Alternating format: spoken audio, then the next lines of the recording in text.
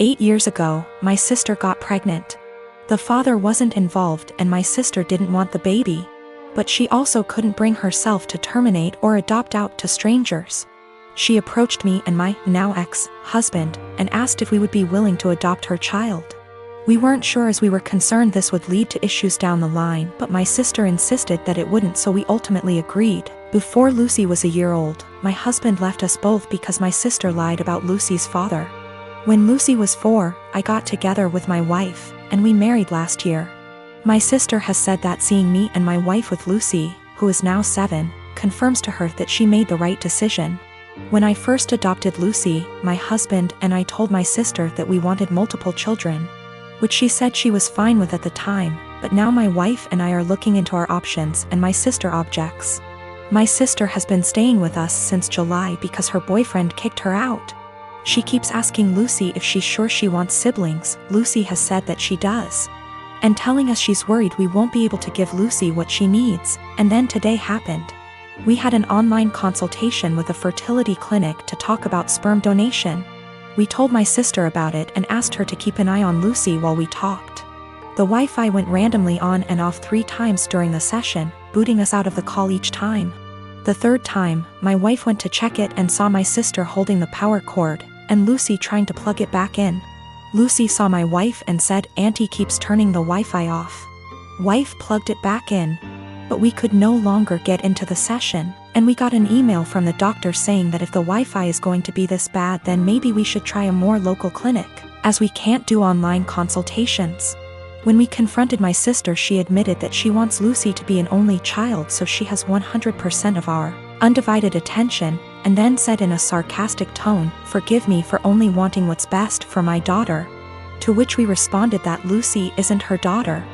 Things escalated until I said that my sister should go stay with our parents, and my wife drove her to their place. Since leaving a few hours ago, she's apologized and begged to come back, and my parents have also asked me to take her back. But I've refused. They've all called me an arsehole for kicking my own sister out after one argument, because now she's unable to get to work. No car and too far to walk, and she's back in her childhood room while at our place she had a studio to herself behind the house. I'm in a relationship with a guy who also works in tech. He makes $68K and I make $130K. I am a mechanical engineer at a robotics startup. He works at a more stable job doing programming at a large company. He brought me to meet his friends at a party and they asked me about myself. His friends mostly work in tech too and talked about themselves in terms of their jobs. I told them I'm an hiker, I do archery, I love road trips and camping and riding dirt bikes, etc. Basically talking about my hobbies because work is just a way to get paid to do the shit I love.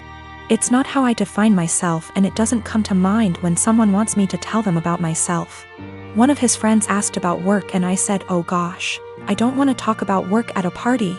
Spent my whole day sweating my ass off in 95-degree heat trying to replace this busted ass motor just to find the replacement. I wasn't lying or trying to downplay that I have a good job, that really is how I spent my day. And I wasn't in the mood to talk shop at a party. Some other conversations came up casually that probably also made me seem poorer, like me saying that car dealership repairs were a ripoff, and telling my boyfriend that my childhood neighbor's trailer caught on fire and I was gonna visit and help her out. I wasn't doing it on purpose, I was literally just talking about my life, but I guess I gave the impression I was poorer. It got later in the night, everyone was getting drunker, and some of his friends, not close ones though, were making jokes about me growing up in a trailer and being a gold digger, and being ready to jump to a richer guy. Really misogynistic shit honestly, since they don't even know me and seemed to just assume all girls are good diggers. He didn't say anything. He later said it was because he'd smoked weed and gets quiet and has trouble carrying on a quick conversation when he's high. But regardless, I felt hurt he didn't say anything. I got irritated with his friends and asked, "Now why the hell would you say that when I make twice what he does?" His friends went quiet for a second and I continued, "There ain't no gold to dig here, not with him or anyone at this party. So do y'all think I'm cheap, or do y'all think?" My boyfriend wanted to leave the party shortly after and he was pretty upset with me for telling everyone I make twice what he does. I said I would have held my tongue if he'd checked his friends himself. But he didn't say anything, so I wasn't about to let them talk to me like that. He said it was humiliating and now everyone thinks I'm a. And I flippantly said at least they know I'm a rich. He was angry. I embarrassed him when I spoke up. I was angry I had to say anything at all because his friends were talking shit, so it should be on him to check them. I believe it started when I was around 6 years old. My parents often had friends over in the house. I didn't know they were polyamorous OFC. One day I was outside playing, got hurt, and when I ran inside caught my parents making out with some random guy. They told me they have other adults that they love and it's a completely normal thing. Me being a child just accepted that. They gave up being secretive and their partners would constantly be around, even joining on outings. I remember that on my 10th birthday they invited 3 of their partners, one of who I'd never seen before. And for the rest of the day my parents just withdrew from my party and hung out with them. I never saw them doing anything explicit again, but they would kiss their partners, hug them, make flirty comments. Something that would be normal between parents, but with many more people. Sometimes I came home from school and my parents were gone and there was some random adult in our house. Some of them seemed surprised that my parents even had a child. I always hated it, but since my parents had told me this was normal, I assumed many adults probably did similar things and that it's just an adult thing all kids hate. Later they had less partners and eventually seemed to stop. Not that I'd know for sure. I moved out with 17. I didn't think about it anymore. A year ago I started therapy, other reasons. As usual the topic of my upbringing came up and it brought back many feelings I wasn't aware of. I realized that although my parents were always good to me, I had never really felt close to any of them and still have a lot of resentment, that they made me feel like I had to compete for my parents' attention with random strangers. A while ago, I visited them and they told me they are going to take part in a documentary about polyamorous families, and that the producers would like to include interviews with the children.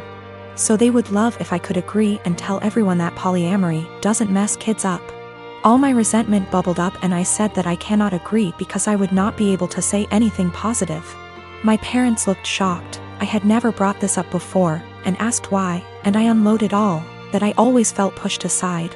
We barely had any family time without strangers intruding. It turned into an argument and I became loud and yelled that the truth is it did me up and they shouldn't have had a child. My mother cried and my father said I should probably leave.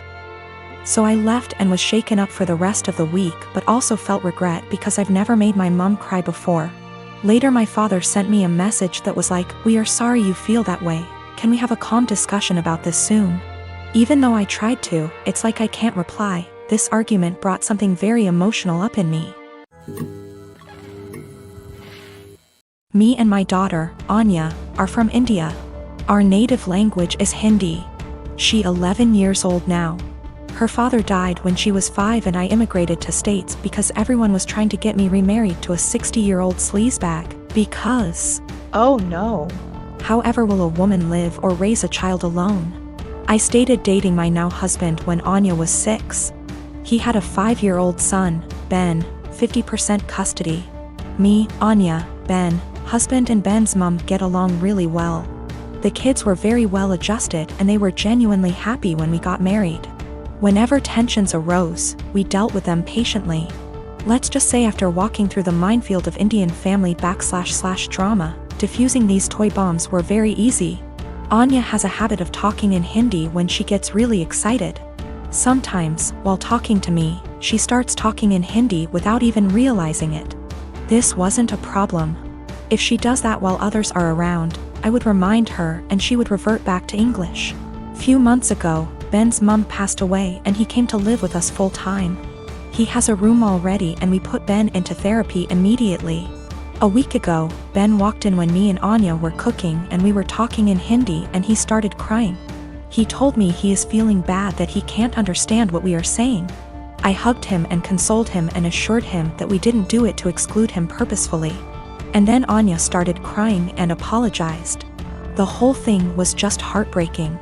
Since then, Anya has been making conscious efforts to talk only in English, and I can tell that it puts Ben at ease. Yesterday, however, she was frustrated and started lamenting about schoolwork in Hindi to me. Me and Anya were in the living room and Ben and husband were in the kitchen and they heard it.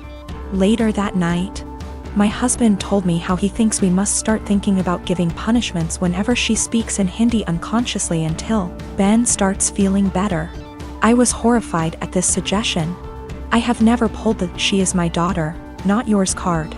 But this is the hill I am willing to die on and use that card if necessary. Whether he likes it or not, it's her first language. Expecting her to always converse in her second language, even when she is feeling some extreme emotions, is just cruel. Especially after she is genuinely making an effort to make Ben feel more comfortable. It's almost like punishing for her heritage or for her being Indian. Of course, this is a huge point of conflict between me and my husband. I think it's unfair to do this to Anya, even temporarily. He thinks me and Anya are unnecessarily making feel Ben bad while he is mourning his mother, while we can try and prevent it. Both of us are conflicted here.